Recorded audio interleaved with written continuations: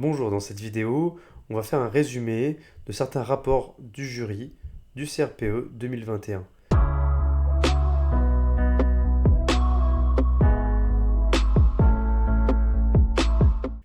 Alors, tout d'abord, regardons ce dont va traiter la présentation.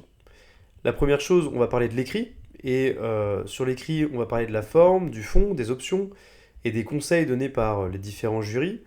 Je vous conseille de regarder la vidéo dans son intégralité.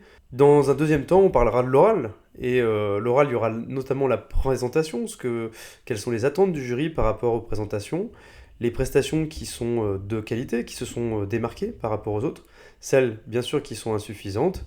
Globalement, signalent les jurys, et enfin quelques précisions sur les présentations. Enfin, sur l'entretien, quel est son objectif, les conseils que donnent les jurys pour réussir, les conseils qu'ils donnent pour éviter de faire des erreurs, ou en tout cas les erreurs à éviter, et enfin les conseils plus généraux. Allez, c'est parti, on se retrouve dans la prochaine slide pour évoquer l'écrit. Alors tout d'abord sur le dossier, la forme. Première chose, il faut savoir que ça ne sert à rien de mettre des annexes s'ils n'ont pas d'intérêt pour poser votre présentation.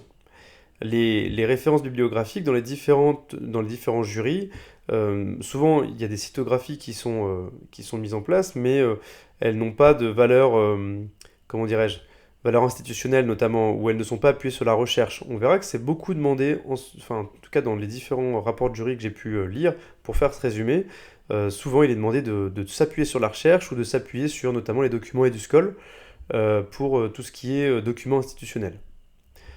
À prévoir, donc, il faut plutôt valoriser des dossiers, enfin, sont valorisés plutôt les dossiers lisibles, par exemple des tableaux pour décrire les activités, la planification des apprentissages est appréciée, notamment avec ce type de structure.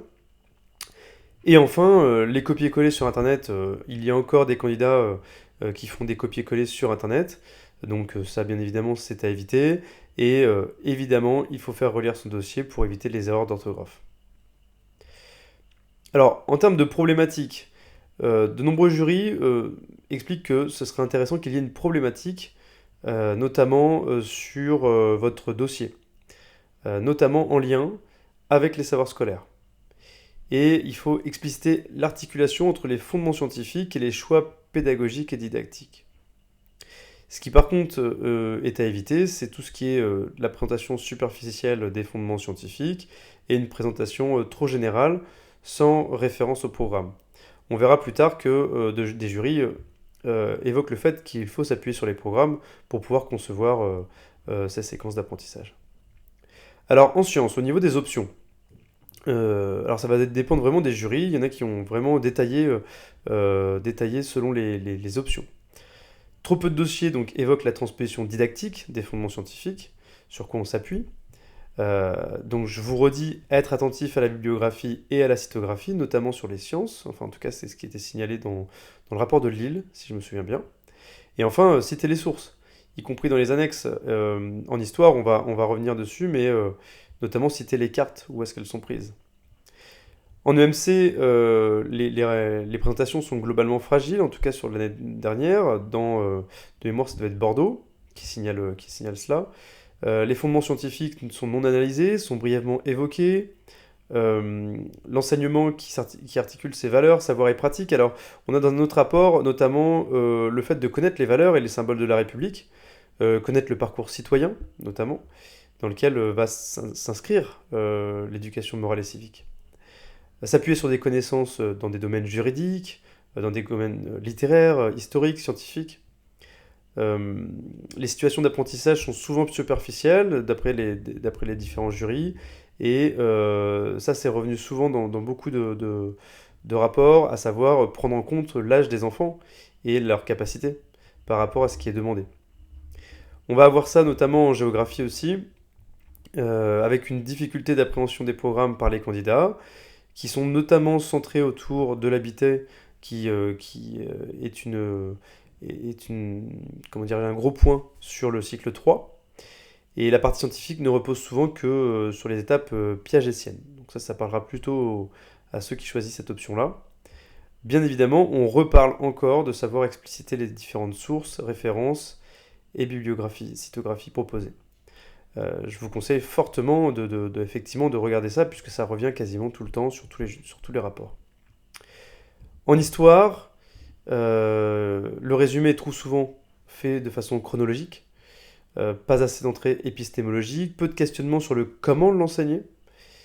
Euh, ce n'est pas utile d'énumérer les compétences, ça c'est dans un rapport sur Bordeaux notamment, et développer les compétences visées par l'unité d'apprentissage.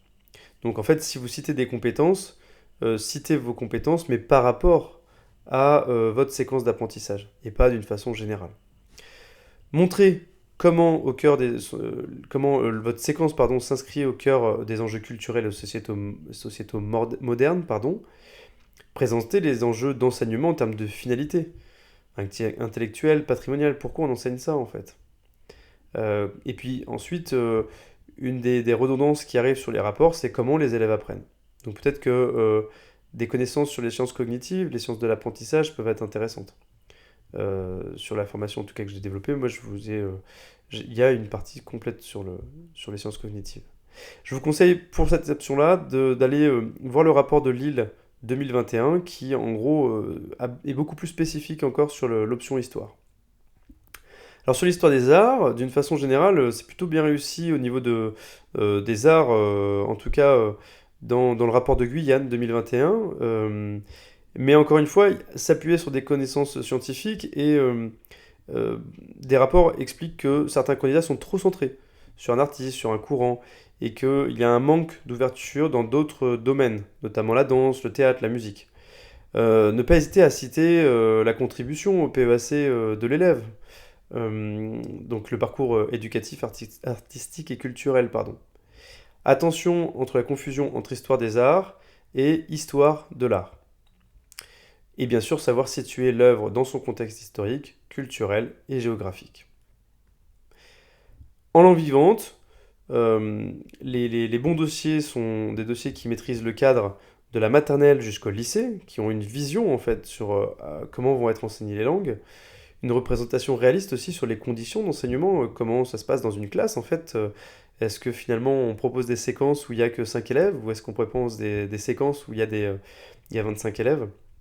Vous aurez aussi les recommandations institutionnelles qui préconisent un ancrage culturel indispensable. Et puis, un des rapports évoque le fait de connaître notamment ce qu'ont évoqué Grégoire Borst et Franck Ramus, donc en termes de neurosciences. Une notion de mémorisation et d'évaluation à maîtriser. Et en fait, beaucoup de séquences sont en cycle 3. Et ce qui est indiqué, c'est notamment que ces candidats s'appuient sur des prérequis et ne se sont pas questionnés sur les acquisitions, c'est-à-dire en cycle 2 ou même en cycle 1, sur comment on pourrait faire intégrer une langue à un enfant qui découvre en fait une nouvelle langue. Donc ça, ce sont des questions à mon avis qu'il faut anticiper. Sur ce dossier, toujours les conseils. Donc, quels sont les enjeux et les finalités des séquences proposées? Quelle est la progression aussi? Comment vous avez créé votre progression et comment elle est cohérente, quelle cohérence elle a finalement?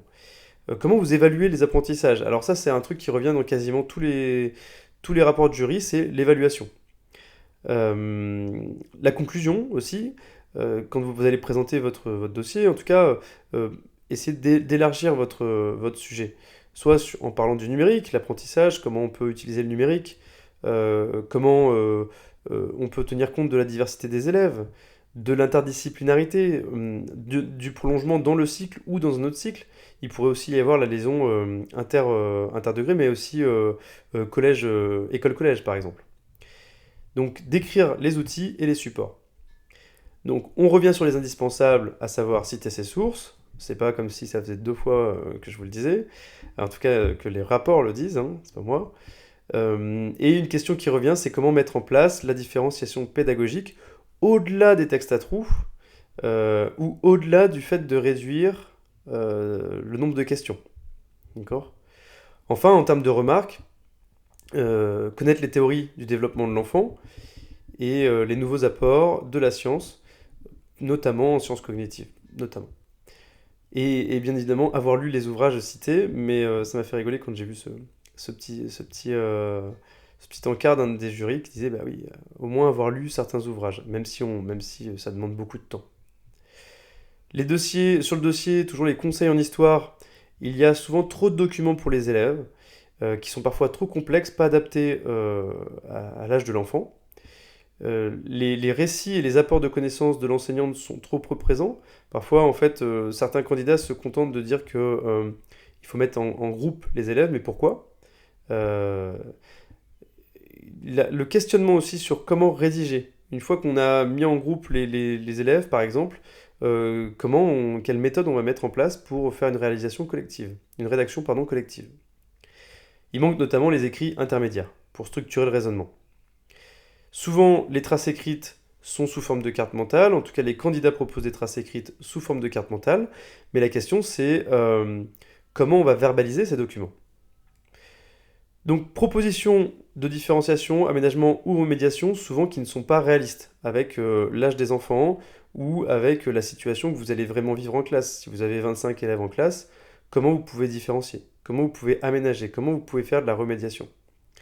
Donc ça, c'est à vous de trouver les astuces, ou en tout cas ce que vous aimeriez mettre en place dans votre classe. Ensuite, il y a un guidage par des questions. Euh, En tout cas, c'est assez systématique, notamment un des rapports qui signale que, effectivement, une des façons de différencier, c'est de guider par les questions. Peut-être qu'on peut trouver d'autres façons de faire. Et bien évidemment, connaître ses élèves pour définir ses objectifs. Alors, si on passe maintenant à la présentation orale, à l'oral, pardon, et notamment à la présentation. Alors, bien sûr, cette vidéo est assez longue, mais c'est parce qu'il y a beaucoup de choses à dire sur les rapports de jury. Déjà, première chose, qu'attend un jury? Un jury, il attend une présentation dynamique. Il aimerait bien que les candidats ne lisent pas les dossiers, même si dans beaucoup de jurys, ils disent que notamment les candidats s'extraient du dossier, il y a encore des candidats qui lisent le dossier ou qui paraphrasent le dossier. Donc ça fait des présentations lourdes, redondantes et qui sont un peu pénibles à regarder en fait, hein. Euh, avoir prévu quelques éléments d'approfondissement par rapport à votre dossier. Bien évidemment, ils attendent un niveau de langage adapté. On le verra, ce sera redit encore dans les conseils, mais un enseignant se doit d'avoir un langage à minima courant. Si le diaporama est utilisé, il doit figurer sur les annexes du dossier. Et enfin, se préparer à rentrer en débat.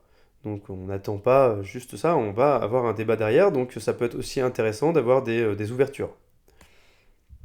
Alors les plus à reproduire en termes de prestations de qualité. Vous pouvez regarder le rapport de Bordeaux pour ça qui donne des bonnes choses, et je crois que j'ai repris à peu près la totalité.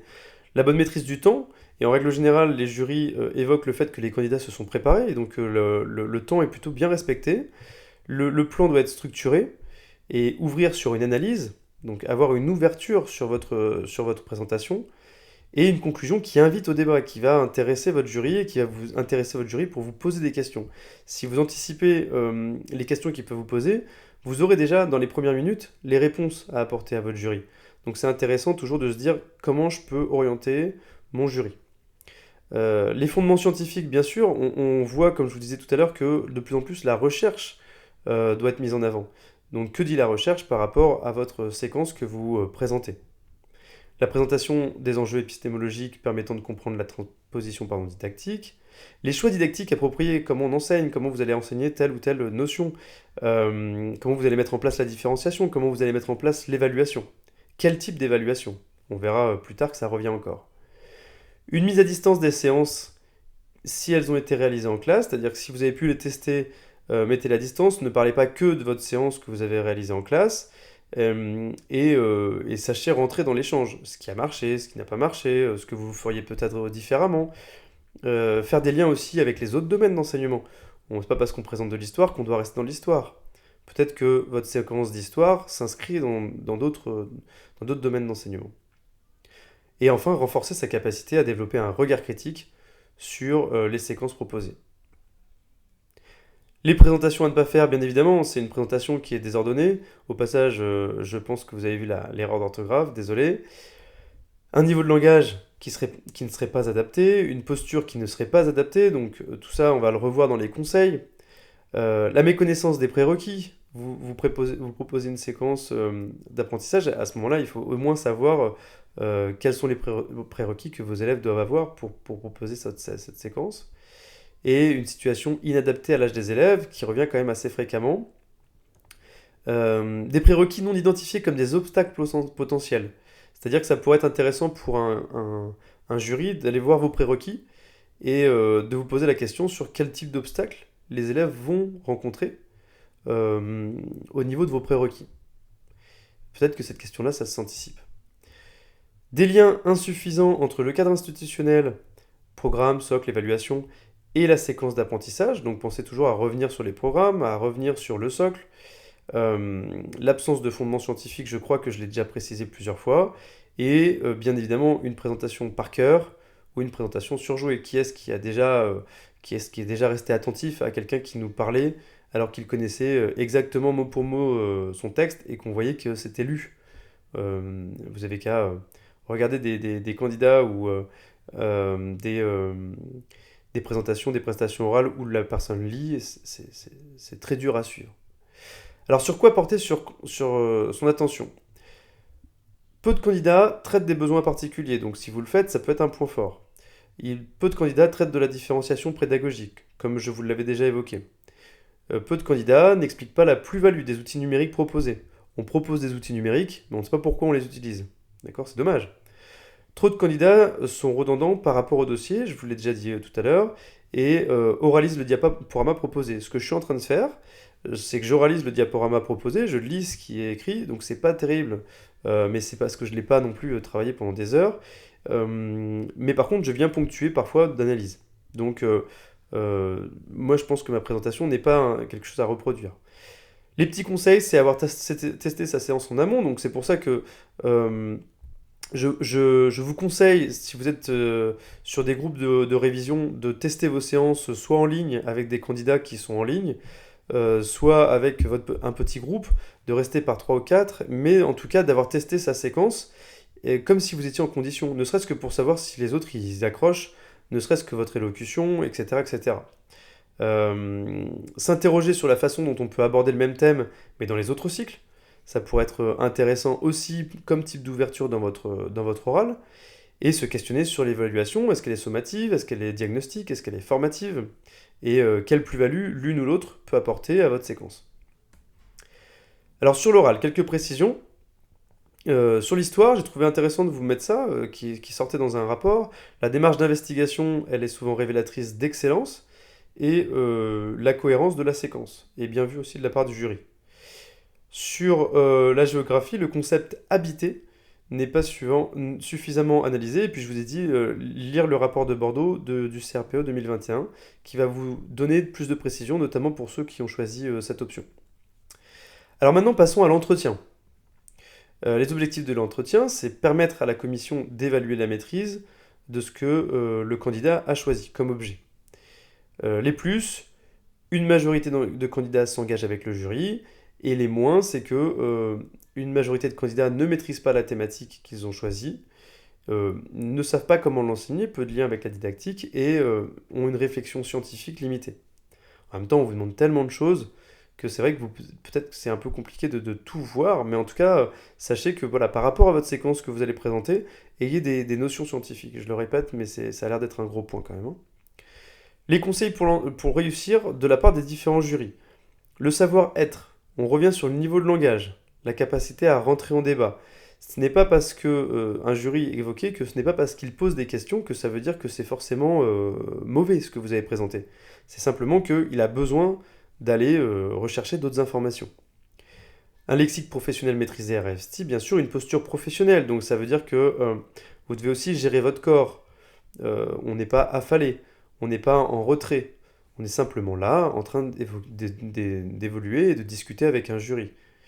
Et donc cette attitude ouverte au débat, ça se travaille, ça se met en place face à un miroir par exemple, face à une caméra. Je vous conseille de vous filmer en train de présenter votre dossier. Même si vous n'avez pas de groupe de travail, filmez-vous, regardez comment votre corps agit, et ça va vous permettre de vous dire « Ah oui, là, il faut que je maîtrise plus ça ou plus ceci ». La rétrospection Donc, on revient encore sur les fondements scientifiques, une argumentation étayée par les apports scientifiques et une capacité d'analyse, pourquoi vous avez choisi ces contenus et comment vous les avez présentés. L'adaptation, donc en sciences, un des rapports évoque le fait qu'il faut avoir testé ce que l'on présente, qu'il faut avoir anticipé les obstacles des expériences présentées, et on peut aussi se projeter dans le collectif, comment on va évoluer avec les familles, avec l'équipe, avec par exemple le collège, comment on pourrait évoluer avec les acteurs qui nous entourent en termes de conseils des maîtres, etc., etc. Se projeter dans les mises en situation et travailler la différenciation. Les erreurs à éviter, eh bien évidemment, en termes de connaissances, on revient sur les approches scientifiques ou didactiques qui sont fragiles, les connaissances insuffisantes des élèves et des processus d'apprentissage. On revient donc sur les sciences cognitives, où il faut quand même avoir quelques bases, surtout qu'en plus c'est la tendance dans l'éducation nationale. Les séquences inscrites dans la logique d'instruction officielle antérieure, donc si vous avez fait du hors-programme, et un manque de culture générale par rapport au monde dans lequel on vit actuellement. Peut-être des questions sur l'Ukraine à l'heure où je fais la vidéo, ou des questions géopolitiques qui pourraient être posées, notamment si vous choisissez géographie ou histoire. Ça pourrait être quelque chose, en tout cas, à garder en mémoire. Au niveau de la connaissance du métier, il y a une représentation erronée du rôle de l'enseignant dans la classe. Donc ça, tous les candidats, bien sûr, qui ont déjà eu une classe en charge, ça va peut-être les aider, mais pour les autres, en tout cas, se projeter. Canopé fait des vidéos sur l'enseignant dans sa classe, quel est son rôle, quelles sont ses missions. L'absence des missions assignées à l'école, on ne sait pas en fait à quoi sert l'école. Et on a aussi le peu d'utilisation de l'apport du numérique. À l'heure actuelle, on a le numérique. Je ne dis pas que dans toutes les classes, il y a du numérique, mais en tout cas, si vous utilisez le numérique, comment vous pouvez l'utiliser pour venir renforcer les apprentissages.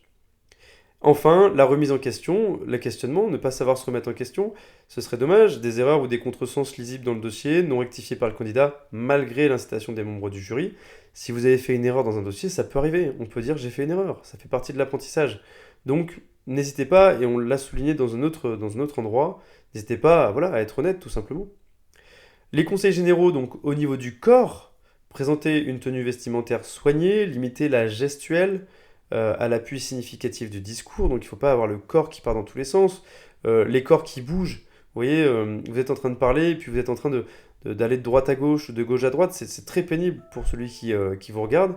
Donc essayez simplement de poser votre corps, de vous ancrer. En termes d'allocution, proposez une expression précise, appuyez sur une structuration syntaxique du langage, vraiment travaillez votre voix, son rythme, son ton, sa modulation, ses tics de langage. Et là, en termes de conseils, on pourra revenir à la vidéo. On le voit, on l'entend quand on se regarde, on entend son tic de langage. Est-ce qu'on dit trop est-ce qu'on dit trop alors? Est-ce qu'on dit trop bref. Je vous conseille fortement en tout cas de faire cet exercice-là. La préparation en amont, est-ce que vous savez gérer vos émotions, gérer votre stress, gérer son temps? Si je faisais de la pub pour la formation sur la préparation mentale, je vous dirais, regardez, comment gérer son stress, on a déjà travaillé dessus. La gestion du temps, c'est capital. Vous avez un certain temps, il faut le tenir, d'accord? Sinon, ils vont vous couper. Et enfin, les autres tips, dans le sens approfondir la question de l'éthique professionnelle. Bien sûr, regarder tous les membres du jury, même si je pense qu'il faut privilégier en tout cas l'inspecteur, en tout cas celui qui va être décisionnaire à la fin. Et enfin, être honnête intellectuellement, c'est-à-dire que si on ne sait pas, j'ai oublié de fermer la parenthèse, mais dire je ne sais pas, ça peut arriver de ne pas tout savoir. D'accord? Vous êtes en train de préparer un concours, peut-être que vous n'êtes pas omniscient, vous n'êtes pas hypermnésique et vous n'avez peut-être pas tout retenu. D'accord? Voilà un petit peu sur les rapports de jury. Ensuite, bien sûr, je vous conseille d'aller vous-même les explorer. Maintenant, l'idée de la vidéo, c'était d'être le plus synthétique possible et en même temps de vous prodiguer certains conseils pour vous aider à réussir cette épreuve. Je vous souhaite bon courage et je vous dis à bientôt pour une prochaine petite vidéo peut-être. À bientôt.